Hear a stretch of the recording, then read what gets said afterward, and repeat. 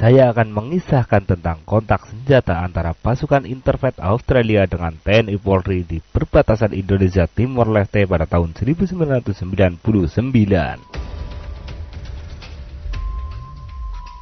Intervensi Australia dalam masalah krisis berkepanjangan yang terjadi di Timor Timur adalah bertujuan untuk pengamanan wilayah teritorial di Timor Timur pasca referendum. Namun dibalik itu semua, entah kenapa Australia sangat anti terhadap TNI dan bersikap selalu waspada serta menuding-nuding institusi militer Indonesia.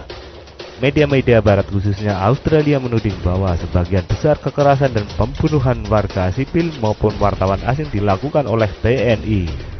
Mereka menuding TNI berada di balik itu semua. Pada akhirnya di lapangan Australia harus beradaptasi, tidak saja dengan medan yang berat dan kondisi di lapangan, namun juga berbaur dengan TNI. Meskipun TNI pada dasarnya selalu menerapkan hubungan baik dengan pihak Australia, konflik di lapangan tak dapat terhindarkan juga. Hubungan TNI dan Interfet sempat memburuk ketika terjadi baku tembak di antara mereka. Insiden Mota Ain tanggal 10 Oktober tahun 1999. Ketika satu peloton Interfet yang terdiri dari Batalion 2 RAR Australia untuk pertama kalinya berpatroli jarak jauh di daerah perbatasan yang hanya beberapa meter jaraknya dari pos perbatasan Indonesia. Pos lintas batas negara Mota Ain terletak di Desa Silawan, Kecamatan Tasipeto Timur, Kabupaten Belu, Nusa Tenggara Timur. Pos ini dijaga oleh beberapa personel TNI dan brigade mobil PKO dari Polda Jawa Timur yang diperkirakan sebanyak 10 personel. Tengah hari sekitar pukul 12 siang, pasukan Interfet sudah mendekati pos batas Mota Ain. Kedatangan pasukan ini tercium oleh penjaga pos depan Indonesia. Saat pasukan Interfet memasuki wilayah Indonesia, seorang anggota BRIMOB yang berada di pos depan melepaskan tembakan peringatan ke udara agar pasukan Interfet menghentikan langkahnya.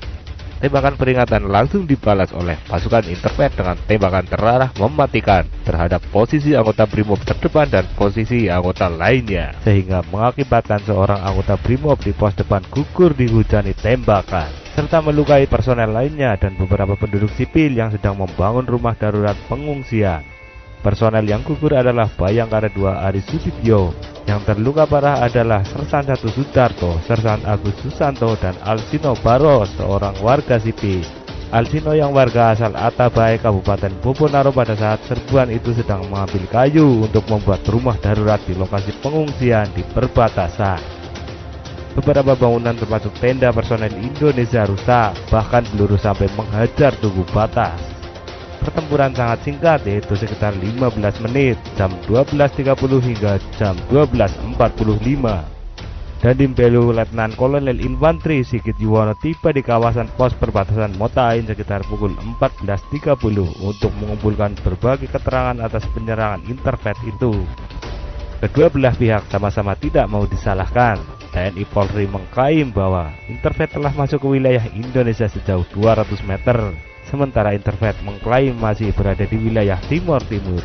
Konyolnya, Interfet tidak mau mengakui bahwa yang tertembak adalah anggota polisi Indonesia. Interfet tetap berkeyakinan bahwa yang tertembak adalah milisi pro Indonesia.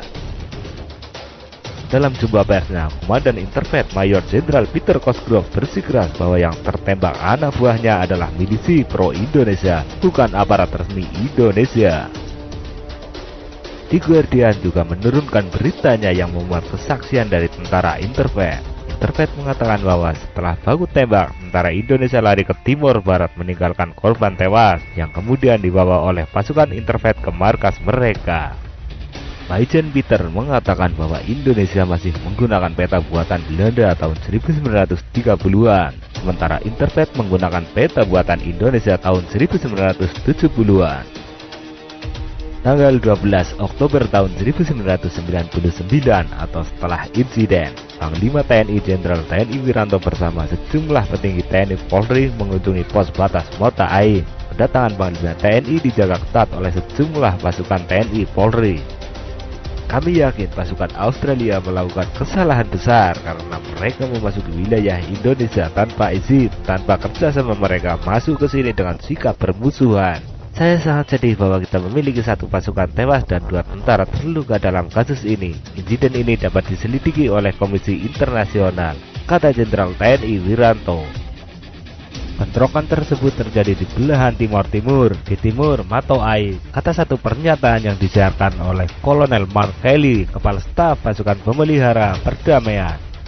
Menurut versi Interfax, patroli pasukan Australia membalas serangan yang kemungkinan mengenai 2 anggota milisi, kata pernyataan tersebut. Namun seorang perwira polisi Indonesia di Mota Ain mengatakan, seorang anggota BRIMOB telah melepaskan tembakan peringatan untuk memberitahu pasukan Australia itu bahwa mereka sedang mendekati pos perbatasan yang berada di dalam wilayah Indonesia. Pasukan Australia itu melepaskan tembakan balasan yang mengakibatkan seorang polisi tewas dan 3 lainnya cedera. Demikian menurut seorang perwira polisi Indonesia. Komandan Distrik Militer Belu, Letnan Kolonel Infanteri Sigit Yuwono membenarkan bahwa patroli pasukan asing itu telah berada 100 meter di wilayah Indonesia. Sementara itu, Pamapta Polres Belu, Aibda Abbas Ismail mengatakan, korban Barada Ari Sudibyo yang meninggal akibat luka tembak di dada disemayamkan di Mapolres Belu, sementara Sertu Hudarto, Putu Agus dan Alsino dirawat di RSUD Atambua. Menurut saksi mata, sekitar 120 personel pasukan Interfax berbadan tinggi besar dan berkulit putih memasuki wilayah NTT sekitar 200 meter dari batas alam aliran sungai Mota Ain dan melakukan penyerangan terhadap pos tersebut. Saksi mata lainnya mengatakan saat pasukan Interfax memasuki wilayah Mota Ain, mereka mengarahkan senjata berat yang berada di kendaraan tempur EPC mereka ke arah pos aparat Indonesia. Jika melihat berbagai kesaksian saat peristiwa tersebut, bisa jadi Interfax telah mengetahui bahwa di tempat tersebut ada pos batas yang dijaga oleh aparat Indonesia. Namun karena panik mendengar letusan tembakan peringatan dari arah lawan, pasukan Interfax segera membalasnya secara brutal, sehingga menewaskan seorang anggota polisi Indonesia serta melukai anggota TNI Polri lainnya. Dan peristiwa ini seolah dilupakan begitu saja oleh Australia maupun Indonesia sendiri. Bila mana Interfax tetap mengklaim bahwa yang tertembak adalah milisi bersenjata Indonesia, itu sungguh keanehan. Karena milisi pro Indonesia telah jauh hari menyerahkan senjata mereka kepada TNI Polri sebelum terjadinya insiden. Bisa Anda saksikan dalam video saat kunjungannya ke Mota Ain, Panglima TNI tengah memeriksa senjata-senjata para milisi yang telah diserahkan kepada aparat Indonesia. Jika melihat berbagai gesekan antara Indonesia dengan Australia, nampaknya kita memang harus berhati-hati dengan tetangga kita ini. Yang terbaru adalah pemberitaan serius oleh media Australia yang menuduh TNI telah menggunakan bom saat mengatasi kelompok kriminal bersenjata di Papua.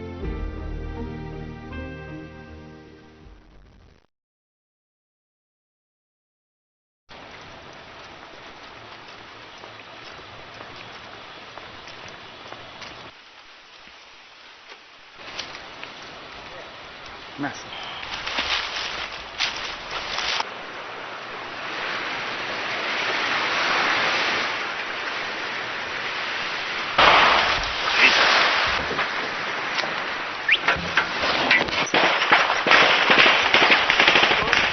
Push your head on the way. I just got to take my on my tank bomb.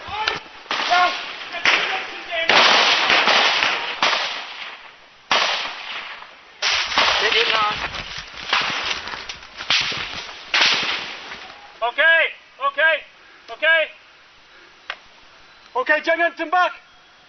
Put the weapon down. Tell him to put the weapon down. Stop. Stop. Put the weapon down. Kasih senjata di bawah.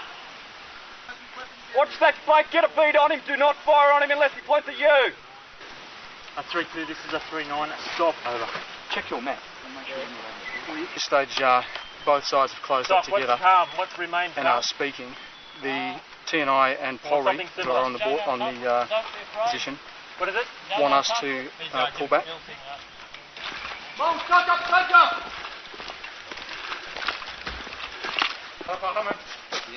Berapa? Ya?